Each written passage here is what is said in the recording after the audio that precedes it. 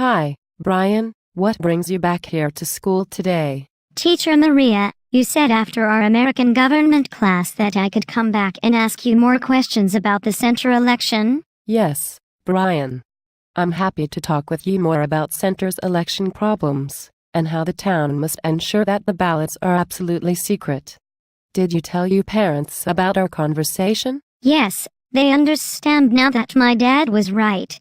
Town officials violated my mom's constitutional rights to equal protection as a voter when they exposed her absentee ballot to 8 people, with the traceable number still on the ballot. Yes, we do not know when that issue will be scheduled for Judge Gonzalez's court, but I hope it is soon. My dad wanted me to ask you, how many lawyers are working on the case and how much is it costing the town?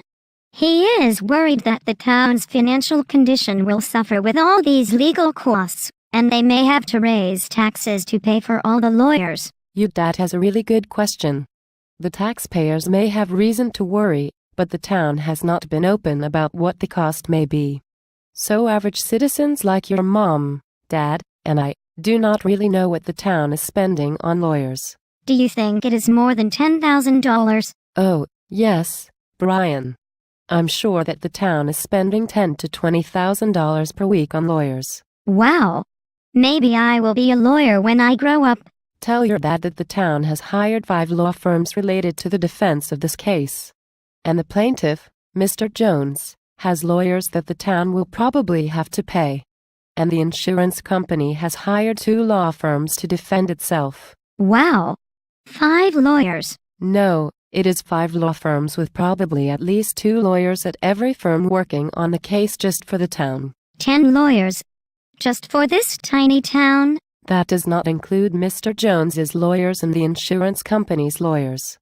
So there are a dozen lawyers on this case. Even the least expensive lawyers charge about $200 per hour. I estimate that the town is creating a risk of $400,000 to $500,000 in legal fees. Now I know I want to be a lawyer and come back to center. I can be rich. Bryan, I think that is what your dad was saying. Center town leaders need to consider why they are paying so many lawyers on this case. My mom said that the town probably has insurance that pays the lawyers. My dad disagreed and said that the town taxpayers pay the bills sooner or later, even with insurance. But my uncle who works at town hall said that the town may not be insured for this election problem. He saw a letter from the insurance company that said so. Dad wants to know what you think about this. Many people have requested that information from the town on insurance. But the town has not been willing to answer the questions for the public or the newspapers. You taught us in government class that the town's business is everyone's business, and the town must show all their financial records to anyone who asks. Why not center? Oh, you do listen well to our class lessons. The town claims that they do not know whether they have insurance or not. Is that what I tell my dad? That since the lawsuit was filed in April, the town has not known whether they have insurance for all these dozen lawyers' bills.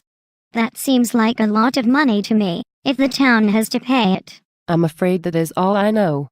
The town is not talking. My uncle said that the insurance company assigned lawyers even to people who were not trustees or officials during the election in March. My mom said that must be just a silly rumor. I fear that your uncle is right. For reasons that the town will not explain, the officials decided to have the insurance company pay the personal legal bills for the candidates on the recall ballot who gained seats, and then lost them when Judge Gonzalez ruled that they were not elected. So my uncle is right. That the town is paying the personal lawyers' fees for the 3 people who were just candidates during the election. And 4 things that happened before they were sworn in. Strangely, it is true.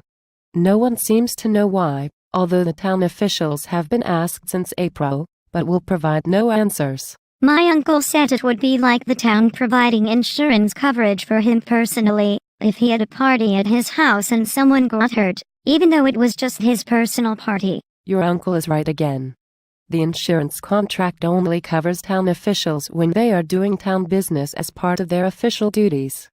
But in Center's case, the town apparently requested that the 3 temporary trustees be covered for their personal legal fees. No one knows why the town made that request, since the candidates were not covered in the insurance contract. The trustees did it in secret and not in a public meeting. You taught us in class that officials cannot make decisions in private meetings. Didn't anyone object? Apparently not. So if there is no insurance for this loss, who has to pay all those lawyers for the town and the 3 temporary trustees? No one knows yet, but it is a good question. You told me before that the case will be heard at the Colorado Supreme Court. My mom asked whether the town is paying the personal legal fees of the 3 candidates who lost their seats for their lawyers to argue at the Supreme Court. Oddly, it looks that way. If you had asked me this in class, I would have told you that it is impossible for a town to allow its insurance to pay for personal bills, not covered in the contract, but Center seems to be proving me wrong. My parents believe that the town and its insurance should only pay to protect the town officials working on town business, and not political activities of candidates. Your dad is right. Otherwise, the next step will be the town paying for trustees' campaign advertisements. My dad is not going to like these answers. Yes, neither do I. I don't think this is good for local citizens or the community, or the town's financial health. Why didn't someone stop it before now? We don't know, Bryan. Town leaders had plenty of opportunities to do so, long before it got expensive. What do you mean? I want to tell my uncle. Well, even before the recount of votes occurred, a non-profit group called Citizen Center warned the town that the election was not valid because it had violated the voters' rights to a secret ballot, like we talked about before. Like the problems with your mom's ballot. Remember? Yes.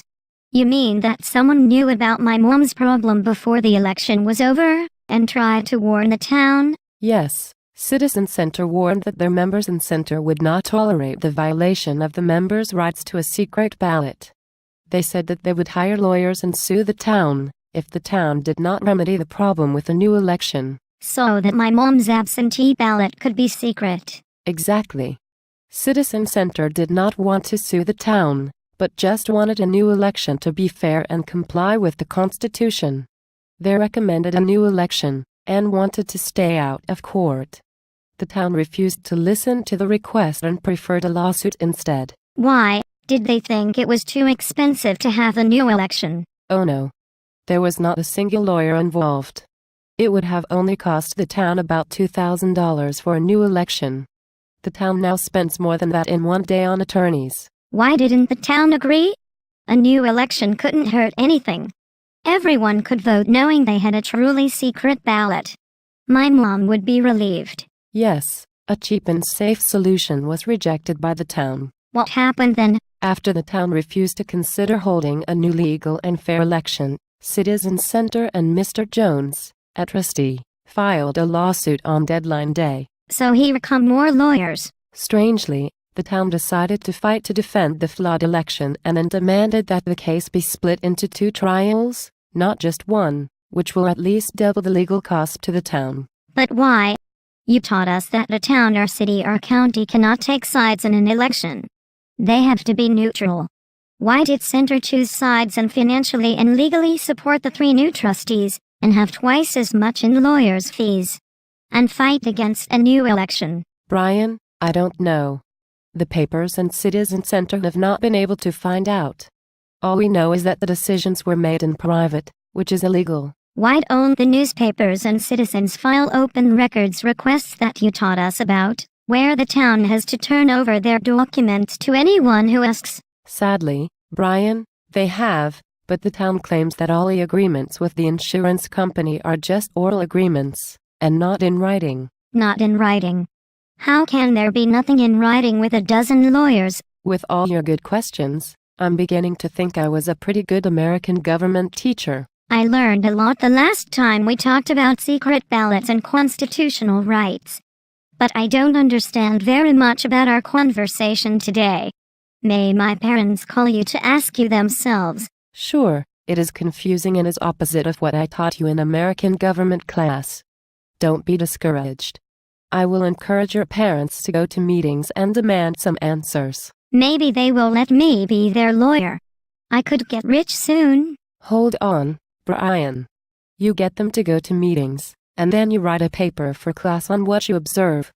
That is a good start. They should ask soon because the town is spending a lot of money every day and does not even know if it has insurance. Some citizens have been asking in the meetings, but the town refuses to answer. I will meet with your parents if they want to go to a town meeting.